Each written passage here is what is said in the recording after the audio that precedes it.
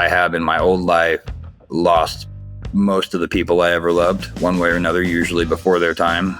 And so one thing I would tell the average Joe, per se, no pun intended, is stop trying to solve problems with home runs and start stacking single bricks, one single brick every morning, and that wall will virtually build itself. You know, Seneca used to say, like, the one thing you should be selfish with is your time, because we all have the same amount of it. Whether you live 100 or 30, what you have is what you have. It's important to stay present, stay connected, and be very purposeful with how we use our time. Welcome to the Hard Way podcast with Joe Sena, founder and CEO of Spartan Races. We're teaching you how to overcome your obstacles in your life the same way we teach our 10 million plus Spartans to overcome obstacles on the course, with insight from the smartest, most accomplished experts from every corner of the world. Get ready to elevate your life today. All right, Joe Sena here, CEO and founder of Spartan and host of the Hard Way podcast. I got my buddy James Pieratt on. You've seen him. If you haven't seen him, you've been living under a rock, but bow and arrow probably applies better to James. He geeks out, his words, he geeks out on ancient wisdom when it comes to training and fitness and mindset, which, you know, I think that's where we come together and click. Welcome aboard. Oh, thanks for having me, Joe. You had a pretty easy life, unlike some of the other guests I've had. Tell us about your upbringing. Yeah, so I'm kind of a unique offspring of a Appalachian bear hunter and a Japanese woman. I grew up in a pretty rural environment in Northern California, had some turbulence and chaos in my youth, like many kids, and went pretty hard, pretty young into drugs and crime, and ended up in juvenile hall and then jail and eventually prison. I would like to say that in prison, like a lightning bolt hit me and I got out and everything was different, but that's simply not true. I got out and pretty quickly forgot most of the good habits I'd made in prison, such as daily calisthenics practice, Vipassana meditation, and just reading about all sorts of historical warriors and martial artists. But it left an imprint. And essentially, eventually, I did kind of just wake up one day. You can call it God, universe, whatever your belief system entails. But I just kind of realized, like, oh my God, like, I hate my life, and it is 100% just like the basic arithmetic of making bad decisions. By that very logic, just simply adjusting and making better decisions, it's going to, likely result in a different outcome.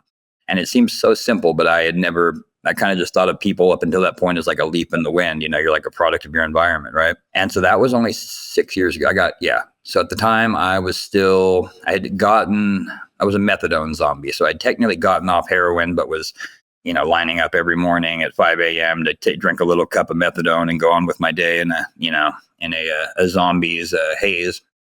And this just kind of snapped me out of it, man. And started meditating, doing following guys like Sam Harris. And then from there started doing the physical training, I didn't know anything about it either. I just started doing my old prison workout routine, push-ups, pull-ups, air squats, and burpees. And it just snowballed really quick. Started doing jiu-jitsu, training MMA, and then the whole COVID thing kind of forced me into looking outdoor solitary sports. And I'd always felt the pull towards ultramarathon running. I read the Goggins book. I had been mentored at different points by Cameron Haynes. So I'd kind of already had that little bug in me. And I just went after it hard, man, and really just kind of learned through repeated mistakes. I didn't know anything about nutrition. I ran my first ultra in a pair of beat up old Nikes with one heel worn off. I didn't know, and wearing sweatpants and just covered in, chafing. And I did it on a plum and a couple bison bars from Trader Joe. It was, I knew nothing about anything. And I just kind of stumbled through it and found myself loving it. I loved even all the mess ups and all the short, everything miscalculations. I loved it all. And I realized pretty quick that it may sound cliche, but the Buddhist idea that suffering and pain are two separate things and they don't automatically equate to each other, I found that to be extremely true. I have in my old life lost most of the people I ever loved, one way or another, usually before their time. And I realized that's pain, rather that's suffering.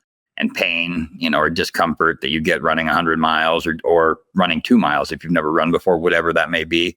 It's not the same thing. It's stimuli. It's like a cool breeze on your face or a tickle on your skin. It's simply a physical sensation. To give that a dominating voice at the table of executives in my brain, that was a guaranteed way I was going to shortchange myself in life. So I just kind of asked myself, what if I just removed pain's voice from the council table? Like, what is life and my decisions look like without that thing? And it's not like a revolutionary mindset. A lot of people will tell you to ignore pain, but a lot of times it's still there in the background. It still has a voice. It's still on the committee, even if you've curtailed its power on, So I was just like, what would life look like if we just didn't worry about that? We just thought about the stuff we want to do without regard for pain or hardship. That basically led to one thing after another, and then culminating in my 500-mile run across Oregon. Was that 2023?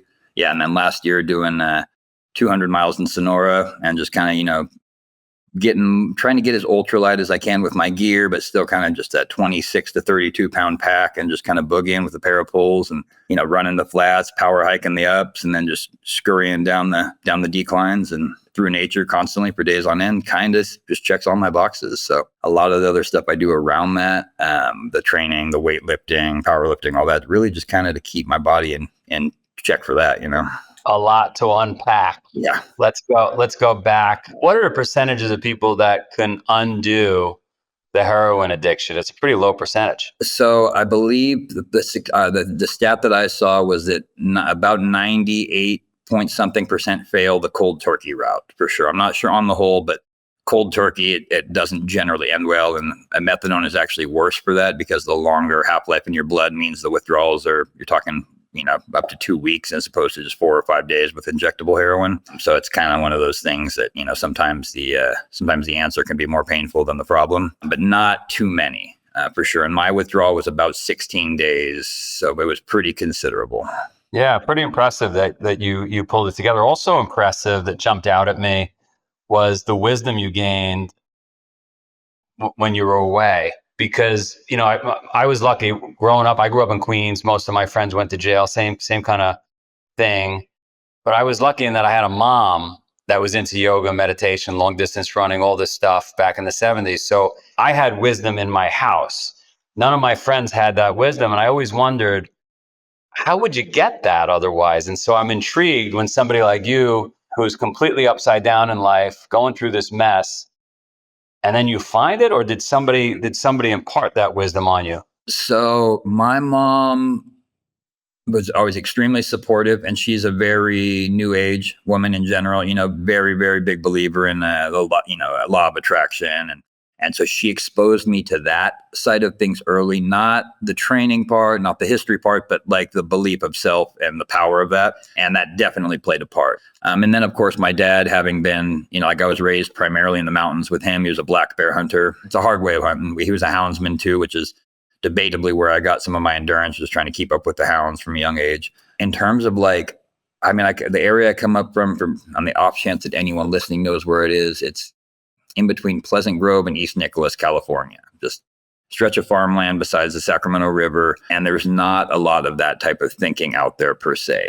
I really, really wanted to climb. I had some people in my life who wanted to see me climb, but I didn't know what a ladder looked like, or let alone where to find one. So that really just kind of came down to, at first, books in prison. And when I got out, YouTube, man, it's not a sexy answer, but the truth, YouTube, there was so much information there in 2017 or 2016 when I'm trying to go through all this stuff that really it was just there's free data, and I never understood why people weren't just salivating anytime there's free data you can absorb and integrate. And, I don't know if I would have found, again, I had mom, and then I was lucky enough to bump into a crew of maniacs in the mid 90s who were early to this game, and they just sucked me up into it. And I often wonder, had I not met them, would I have done the stuff? So I'm always intrigued, because just like you, I see the stuff you put out on social. Just like you, my mission personally is to get everybody doing what you just described, everybody. And so I'm always intrigued on how somebody stumbled upon it. So kudos to you for turning things around and inspiring the world. Look, I love the stuff you're putting out there around ancient warriors and ancient ways of getting fit, because I get asked sometimes to give talks at biohacking conferences, and I laugh, and I get on stage and I say, guys, I'm a Flintstone. You know what I mean? Red light therapy. What about just going out and getting some sunlight? There was one biohacking conference I was at. They were talking about just eating oysters for. I was like, I don't know. Anyway, yeah. I eat a lot of oysters, but I don't know about just that. So, what of all the research you've done, of all the ancient wisdom you've gathered, what would you say is most applicable to the civilians out there? So that's a very fortunate question. I actually haven't announced. I haven't told a single person about this yet, but I've been secretly writing not a book, but like a field manual for life, just according to the ancient warriors that I have learned and studied. So basically, one example from that, you're already dead. Like the samurai are taught to live life as if you were already dead. And people think it's a morbid thing. It's not. It's really not. It's not even a lot of it is being fearless in battle. You have a clarity. If you understand that you are already dead, this is just your mortal coil playing out. You're present, you're focused, you're dialed in, and you're going to make decisions under pressure objectively better. And you're going to stay more connected to your training. But more than that, you're going to be more connected to your life, your family, the people around you. You realize this, you can't take this for granted. This is not going to last long. Seneca used to say, like, the one thing you should be selfish with is your time, because we all have the same amount of it. Whether you live to 100 or 30, what you have is what you have. And you know what I mean? I think he was right about that. Like, it's important to stay present, stay connected, and be very purposeful with how we use our time. So that would be one. And we could literally talk about this forever, but I will just add one other concept because it's become recently more popular. It comes from the samurai, and that's Kaizen, the compounding effect of incremental daily gain. And so one thing I would tell the average Joe, per se, no pun intended, is stop trying to solve problems with home runs and start stacking single bricks, one single brick every morning. And that wall will virtually build itself. And by the end of it, you're going to have skill sets, you're going to have perspective, you're going to have philosophical realizations, and you're going to have gone on the actual journey instead of just trying to solve it with a home run or a quick fix or a pill. I love all that. And look, there's a reason it's called ancient wisdom, right? It works. But I tell people all the time, like, I have good buddies who are like, scientists, exercise scientists and whatnot. I tell them, like, what you do is cool. Like, I appreciate it. And we understand, it helps me understand this. But tell me, am I wrong that the best scientific lab there is thousands of years of testing in the real world? And they'll all, to a man, say, like, oh, no, you're right. Look, all the stuff we just discussed on your history, your learnings, your teachings, biggest obstacle you faced? Ego. It was ego, because initially, up front on the surface, it would seem sobriety, the journey itself. And that was for sure difficult, but that's putting one foot in front of the other with almost a stubbornness. Problem is, when you start to get somewhere, when people start to know your name, when you've never had money, and then all of a sudden you have money and attention, you start to believe that maybe you're something. And we're all not. We're stardust, bound together very temporarily. Some of us are going to do some things that maybe affect or motivate other people, but you're not entitled to anything more. You aren't made of anything more, like from dust and back to dust. I truly believe that. And again, it's just, it's another reason to stay mortal and stay present. But more than that, like, staying humble isn't about being a guy who appears to be humble. It's about having an honest, objective look about what you are, where you're at in life, and the data of the universe is streaming to you around you. You know what I mean? So that has, like most men, it's been something that I've constantly had to keep a finger on, because sometimes it's just a little thought too. It's just like, oh, that guy did. It's like, oh, I do more than that, or I could, whatever it is. And first of all, that doesn't serve or help anyone. But second of all, you're poisoning yourself with small thoughts. Given that was the biggest obstacle, yeah, like, we're looking for mindset shifts for those civilians out there. Is that the mindset shift you'd say most important for most people? I think it's going to depend on the person. I would say most people who find success are going to have to deal with that at some point. I imagine you know this better than I do, and have probably met all sorts of people who address this concern with varying levels of success, because we all know there's people that are still at the top that are just plagued by egotism, and then there's others who are completely humble and grounded and in touch with themselves. As far as what I think the average taken on net, I think the average Joe is going to have to look at endurance itself as most likely his biggest obstacle, because you're not going to be the strongest, the fastest, any of that. But the cool thing about endurance is that if you never stop taking steps forward, you always get to the finish line. Always. I often think about, like, my boys wrestle, my girls play soccer. Those are hard. I think I'm an athlete because I ran 100 miles, whatever I did. Like, think about, as I reflect on what you said, right? Think about life, 1,000 years ago, 200 years ago. You complained about having, not enough knowledge to wear more than sweatpants and have a couple of bars in your hand and a broken heel in your shoe. But like, that was more than a lot of guys had in the Civil War. 100%. I tell people all the time when they start to like look at, don't get me wrong, running 100 miles or whatever, that's impressive. But when I start to feel like people are giving me credit for it, I remind them very acutely that I promise you on multiple occasions during World War II, there was a little 12-year-old Jewish girl with no food, clothes, or anything that did at least that, probably faster than me too. And even in the now, man, the last 100 miler I ran was a few months ago and outside Sacramento. One of the guys I ran with was 81 years old. Finished 100 miles in 43 hours. And it was a backyard style course. So we were looping. And I stopped for a couple of loops. I did a whole 2 loops with him and talked to him. He wasn't psyching himself up. He wasn't negative. He wasn't in anything but zen. And he was just happy to be out there. And it was hot too, man. It was like a crazy hot day. And he was just cruising. He'd stop when he needed to stop. He had a couple of poles on and he'd chat with people who came by, and he would and he 81 years old. And I was just like, man, like what? I mean, first of all, like that, when you talk about goals, like for me, it's not to be LeBron James, it's to be that guy or to be Gordon Ainsley. Funny story for anyone who doesn't know, Gordon Ainsley is a legendary ultramarathon runner. He's in his late 70s now.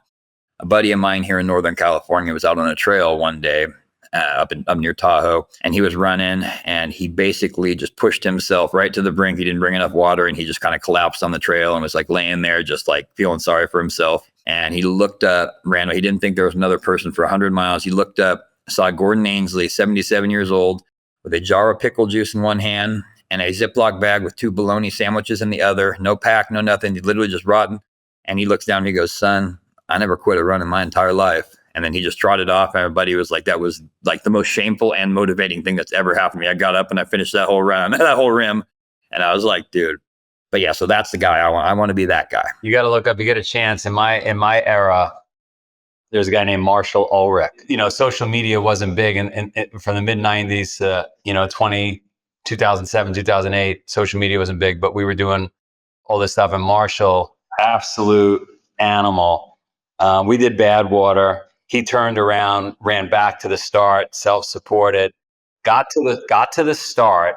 Okay, for those listening, don't know what Badwater is, 135 miles through Death Valley. It was 130 plus degrees. The race goes from point to point. We finish.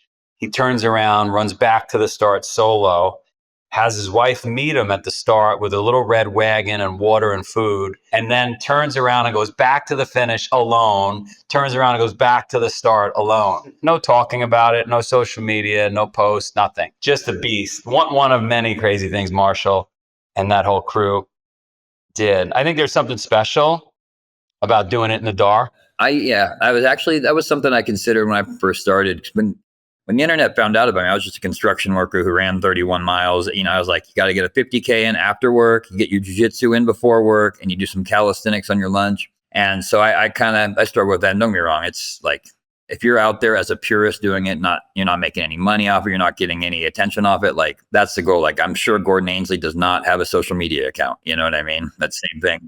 It's that Clip Young. That's another personal hero of mine. A 61-year-old farmer who runs 544 miles against top professional athletes with full crews. He's just drinking raw milk the whole time and eating canned peaches, and he beats them. Like, you know what I mean? The guy, he showed up to run in boots. He ended up borrowing a pair of old running shoes, but he got there in gum boots, ready to run 544 miles. Like, that's a man right there. Give the 3 takeaways people should apply to their lives before we head out, and then how do we find you? Okay. So you're already dead. Teach yourself that. Spend every morning 60 seconds, visualize, not the macabre part of it, but just visualize that you're already been detached and you're reviewing your life or even just as an 81-year-old man looking backwards at your life. 2, Kaizen. Don't try to solve all your problems with home runs. Just stack your bricks, wake up every day and do the work like a samurai would. And then for number 3, detach from your ego. It doesn't matter. And even if it did, even then, it wouldn't matter. Okay. I've got buddies who are, leading men in Hollywood with 100 million followers that are the nicest and most down to earth people ever, that don't think they deserve a taco more faster than you do, or anything else in life. That's completely feasible. And if you want to look me up, I'm Wild Hunt Conditioning on Instagram, on YouTube. And on June 1st, I will be running the entire length of the California coast in a 1,000-mile solo. So anyone who is interested can follow along with that. And anyone who's in California, we're making it the world's largest run club. So anyone can join for any portion of that. Come out 1 mile, 10 miles, 100 miles, come run with me. Simple as that. I'm easy to find.